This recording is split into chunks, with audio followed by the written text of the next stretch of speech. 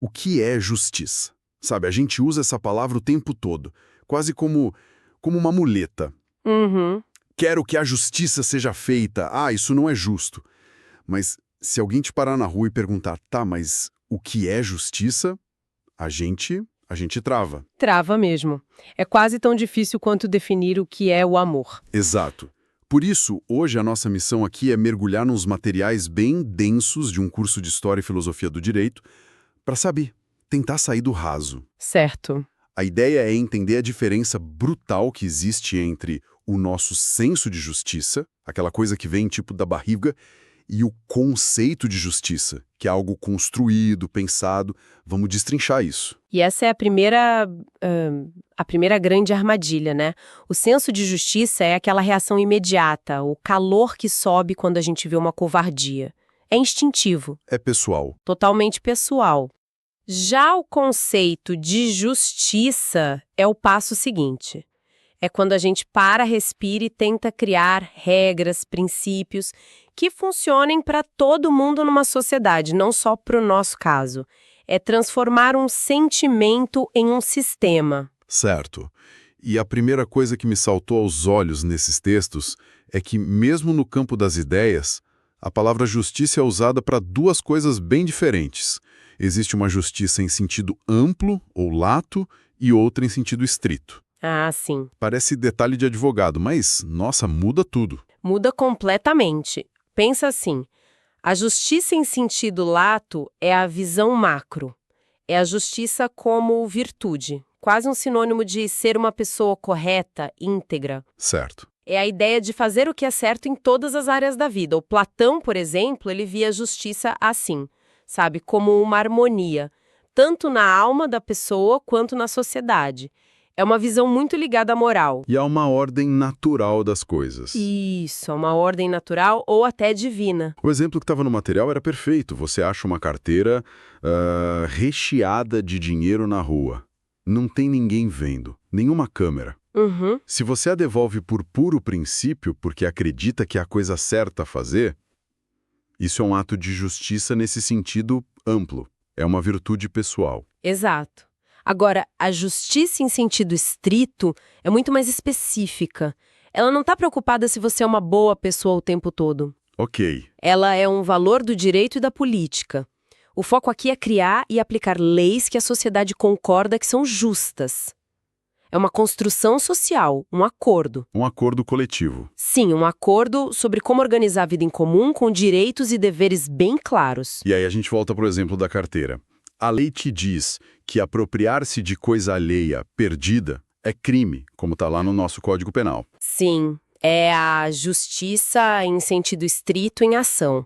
É a sociedade pegando aquele valor moral, devolver o que não é seu e transformando numa regra com punição. Perfeito.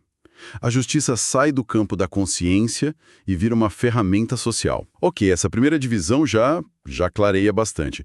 Mas aí os textos entram de cabeça em Aristóteles e a coisa fica, muito mais prática. Ah, sim. Ele pegou aquela frase bonita, dar a cada um o que é seu, e transformou numa espécie de caixa de ferramentas. Ele percebeu que a medida do que é de cada um depende totalmente do problema que você está tentando resolver. E essa é a genialidade dele.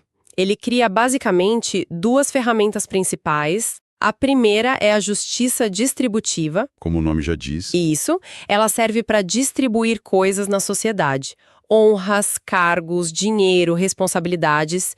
E o critério aqui não é tratar todo mundo igual. Pelo contrário. O que seria? O critério é a proporcionalidade. Ou o mérito. Tinha uma analogia nos textos que eu achei ótima. A de repartir o bolo. Uhum. Se você tem uma empresa e vai dar os bônus de fim de ano, a justiça distributiva diz que seria injusto dar o mesmo valor para o funcionário que bateu todas as metas e para o que, passou o ano se escondendo. Exato. O bônus tem que ser proporcional ao resultado. Mas isso também leva a perguntas difíceis, né? As cotas em universidades, que os materiais citam, são um exemplo disso. É uma tentativa de usar essa mesma lógica para distribuir vagas e corrigir uma desigualdade que vem de séculos. Exatamente. A segunda ferramenta de Aristóteles é a justiça corretiva, ou comutativa. o objetivo dela é completamente diferente. Ela não quer distribuir nada. Ela quer consertar um desequilíbrio. Um desequilíbrio numa relação. Isso. Entre duas pessoas. E aqui a regra do jogo muda. O critério é igualdade matemática, 1 para 1. Não importa se a pessoa é rica, pobre, genial. O foco é no ato. O exemplo da batida de carro ilustra isso perfeitamente, né? Alguém bateu no seu carro. Sim, A justiça corretiva não quer saber se o outro motorista é um cirurgião, que salva vidas, e você estava indo para a praia. A única coisa que importa é qual foi o prejuízo. R$5.000. R$5.000, então a pessoa tem que pagar os 5.000 para que tudo volte a ser como era antes. É a lógica do quebrou, pagou. E tem um detalhe final em Aristóteles que é assim, a cereja do bolo, a equidade. Ah, sim. Ele era pragmático, ele sabia que nenhuma lei, por melhor que seja, consegue prever todas as situações da vida real. A equidade é a justiça se adaptando ao caso concreto. Uma correção da lei, então. É o que ele chamava de uma feliz retificação da lei. É o juiz olhando para uma situação e pensando, se eu aplicar a lei friamente aqui, o resultado vai ser uma grande injustiça. A equidade é a válvula de escape do sistema. Beleza. A base que Aristóteles construiu é tão sólida que a gente usa até hoje no direito. Parece que ele resolveu o problema, certo? Parece. Mas aí, o mundo foi ficando mais complexo e as ferramentas dele já não davam conta de tudo. As perguntas ficaram maiores. Muito maiores. E aí entramos na era moderna, onde a conversa esquenta de verdade.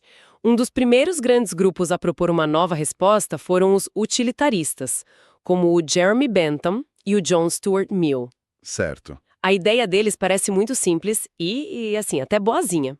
Uma lei é justa se trouxer a maior felicidade para o maior número de pessoas. O bem-estar coletivo. Isso, o que importa é o resultado, o bem-estar da maioria. Ok. A ideia de bem-estar da maioria soa bem, mas me deixa com uma pulga atrás da orelha. Os materiais mostram como isso pode ser radical. E se a maioria decidir que a felicidade deles depende de, sei lá, oprimir uma minoria? Exato. Essa lógica não abre uma porta perigosa? Abre, e é exatamente essa porta que Immanuel Kant queria fechar, trancar e jogar a chave fora. Para ele, essa matemática da felicidade era uma aberração moral. A justiça, para Kant, não era negociável. Não dependia das consequências. Vinha de onde, então? Vinha de um dever moral absoluto, que ele chamou de imperativo categórico. Haja de uma forma que você gostaria que sua ação se tornasse uma lei universal. Ou seja, para Kant, não importa se mentir vai trazer felicidade para 99% das pessoas. Mentir é errado em si. Exato. Porque não podemos querer que a mentira se torne uma regra para todos. Ele coloca a dignidade do indivíduo acima de qualquer cálculo de felicidade. É uma virada de 180 graus. Uma virada completa. De um lado, os utilitaristas com uma calculadora de felicidade, do outro, Kant com uma bússola moral que nunca muda. A briga entre essas duas ideias define grande parte dos debates até hoje. Peraí, mas... E se essa discussão toda sobre moral e felicidade for uma perda de tempo para o direito? Eu li isso nos textos e achei uma provocação brutal. É a ideia de um jurista chamado Hans Kelsen. E é uma bomba no meio da conversa. O Kelsen chega e basicamente diz, pessoal, esqueçam tudo isso. Justiça é um ideal irracional, é subjetivo, é bagunça. Nossa. O que é justo para mim não é justo para você. Para ele, um jurista não tem que se preocupar se uma lei é justa no sentido moral. A única pergunta que importa é: essa lei é válida? Ela foi criada seguindo as regras e procedimentos corretos do sistema. Se sim, ela é direito e ponto final. Isso é um pouco assustador, não? Ele está dizendo que uma lei pode ser monstruosamente injusta, mas se ela foi aprovada corretamente, do ponto de vista do direito, tá tudo certo? É isso mesmo? É exatamente essa a provocação do juspositivismo dele. Ele não nega a importância da discussão sobre justiça. Ele apenas diz que essa é uma tarefa da filosofia, da religião, mas não da ciência do direito. O direito precisa ser objetivo. Isso, precisa se ater ao que é objetivo. A norma posta, a lei válida, é uma tentativa de separar radicalmente o direito da moral. Nossa, que confusão de ideias. Temos quem olhe só para o resultado, quem olhe só para a intenção, quem diga que nada disso importa e só a lei vale. Parece um beco sem saída. Como a gente junta tudo isso? Pelo que eu vi, um cara no século XX chamado John Rawls tentou criar um caminho novo, com um experimento mental genial. Sim, a teoria de John Rawls é talvez a mais influente do último século. Ele propõe o seguinte: vamos imaginar que estamos todos prestes a criar uma sociedade, mas estamos cobertos por um véu da ignorância. Certo. Por trás desse véu, você não sabe quem você vai ser nessa nova sociedade. Você não sabe se vai nascer rico ou pobre, homem ou mulher, com muitos talentos ou com alguma deficiência. Que ideia fantástica. Porque nessa posição, sem saber onde você vai cair, você seria forçado a escolher regras que protejam todo mundo. Principalmente os que estiverem na pior. Claro. Você não vai arriscar criar uma regra que oprima uma minoria, porque você pode ser essa minoria. Exatamente. É um exercício de imparcialidade. E Rawls argumenta que, por trás desse véu, todos nós concordaríamos com 2 princípios básicos de justiça. Quais seriam? Primeiro, garantir um máximo de liberdades básicas para todo mundo, liberdade de expressão, de religião e por aí vai. E o segundo, que é o mais revolucionário. As desigualdades sociais e econômicas só seriam aceitáveis se, e somente se, elas beneficiarem os membros menos favorecidos da sociedade. Uau! Então, para o Rawls, um salário milionário de um CEO só seria justo se, de alguma forma, aquele trabalho e aquela remuneração gerassem melhorias concretas para a base da pirâmide. É uma lógica poderosa. Muito. E o debate continua, certo? Não parou aí. Continua e muito. Os textos mencionam pensadores mais recentes como Michael Sandel, que olha para tudo isso e faz uma crítica. Ele diz que teóricos como Rawls e o Kant tentam criar uma justiça neutra que não se mete na discussão do que é uma vida boa. Ah, interessante. Sandel argumenta que isso é impossível. Para ele, discutir justiça é inevitavelmente discutir quais virtudes e valores queremos promover como sociedade. Não dá para separar justiça de moral. A conversa, de certa forma, volta ao começo. Mas num nível muito mais complexo. Exatamente. Recapitulando então, nós saímos de um sentimento na barriga, passamos pela justiça como uma virtude em Platão, pegamos as ferramentas práticas de Aristóteles, e aí entramos num verdadeiro ringue de ideias.